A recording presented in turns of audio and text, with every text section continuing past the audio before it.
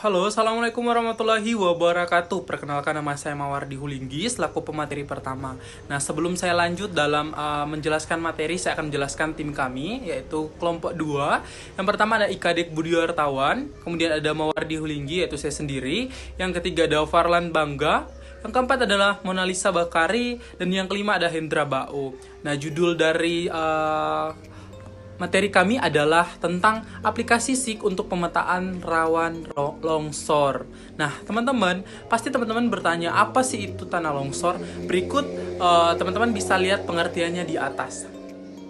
Nah, jadi aku bacain ya teman-teman. Jadi tanah longsor adalah gerakan tanah yang berkaitan dengan berbagai sifat fisik alami seperti struktur geologi, bahan induk, kemudian ada pola drainase, lereng atau bentuk lahan, hujan maupun sifat-sifat non-alami yang bersifat dinamis seperti penggunaan lahan dan infrastruktur. Itu menurut baru 1999. Kemudian kita lanjut teman-teman.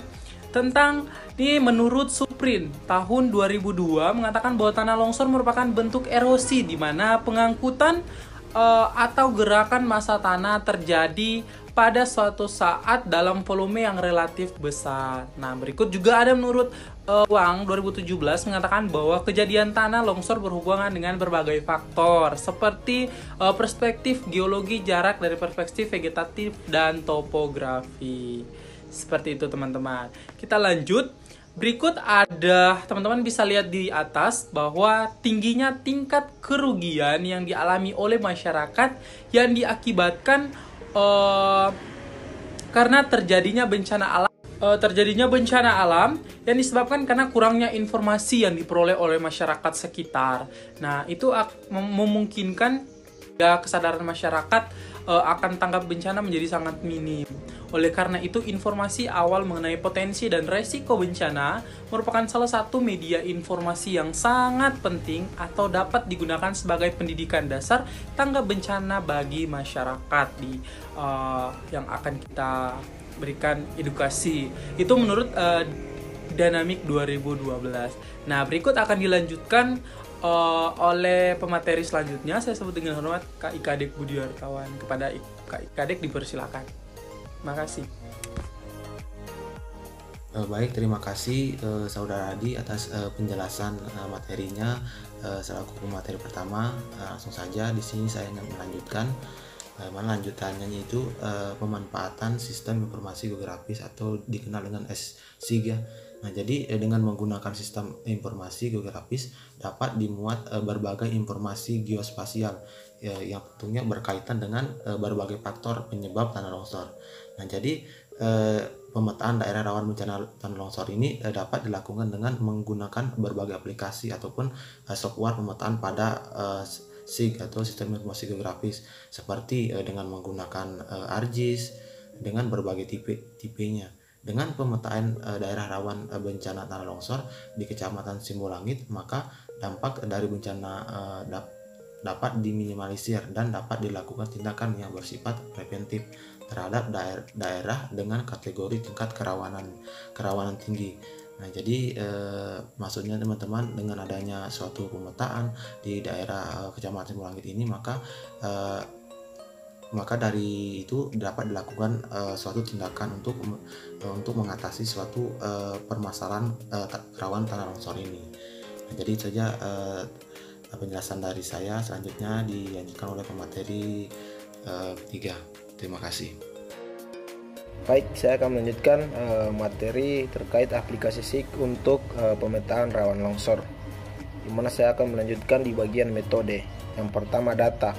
Data yang digunakan dalam penelitian ini yaitu berupa peta curah hujan, peta jenis tanah, peta geologi, dan peta kontur, serta data curah hujan, kemiringan lereng, dan tutupan lahan di Kecamatan Sibolangit. Dan kemudian pengolahan data. Nah, di pemanfaatan SIG dalam pemetaan, ancaman bahaya longsor di Kecamatan Sibolangit dilakukan dengan mengolah data spasial dengan menggunakan model pendugaan berdasarkan Pusilitanak tahun 2004 dengan formula sebagai berikut. Nah, untuk melihat contohnya data yang digunakan atau model pendugaan seperti ini pada pendugaan klasifikasi curah hujan. Ini adalah salah satu contoh data yang akan digunakan nanti. Terdapat juga keterangannya seperti FCH, faktor curah hujan, FVD, faktor jenis batuan, FKL, sama dengan faktor kemiringan lereng dan sebagainya. Kemudian contoh data kedua, contoh model pendugaan kedua, ini digunakan untuk klasifikasi jenis batuan. Ada beberapa yang penting terkait klasifikasi jenis batuan tersebut, termasuk parameter, ada bobotnya juga skor-skornya ada di situ. Kemudian untuk klasifikasi penutupan lahan.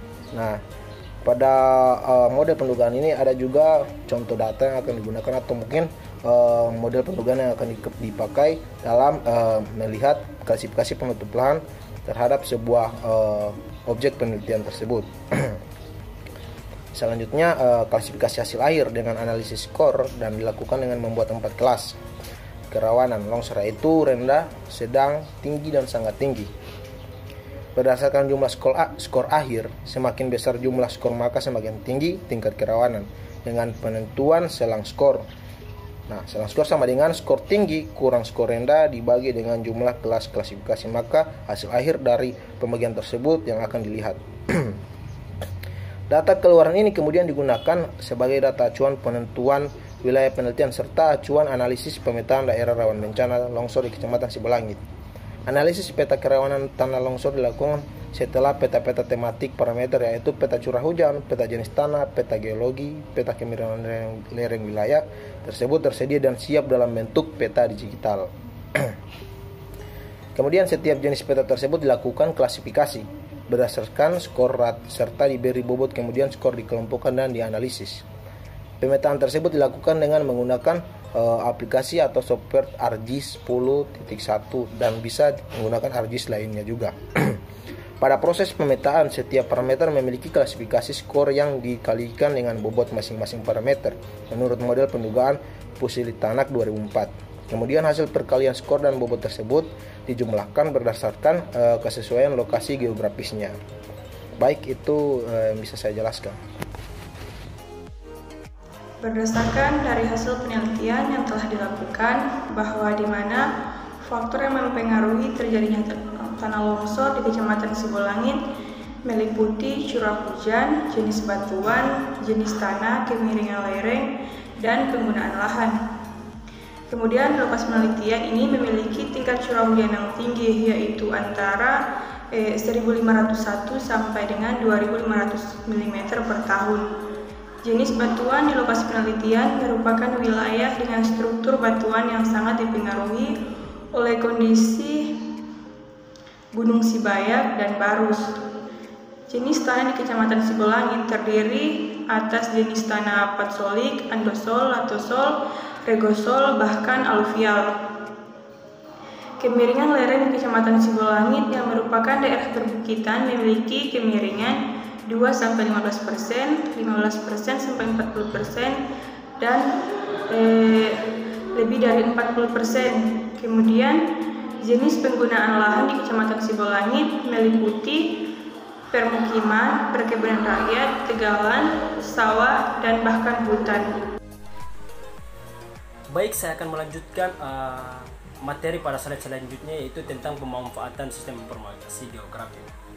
Jadi, pemanfaatan sistem informasi geografi atau SIG dalam pemetaan ancaman bahaya longsor di Kecamatan Sibolangit dilakukan dengan mengelola data spasial dengan menggunakan model pendugaan berdasarkan Pusli-Tanak tahun 2004. Diketahui bahwa daerah Kecamatan Sibolangit memiliki potensi terjadinya tanah longsor dari tingkat rendah sampai tingkat tinggi. Sedangkan berdasarkan model pendugaan bencana tanah longsor tersebut di daerah penelitian itu dominan memiliki tingkat ancaman longsor dengan kelas kerawanan sedang yang meliputi 14 desa. Selain itu, tingkat kerawanan longsor kelas kerawanan rendah meliputi 10 desa.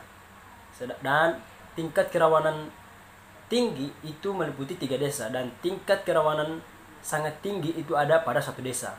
Baiklah, itulah pemanfaatan sistem informasi geografi di Kecamatan Sibolangit.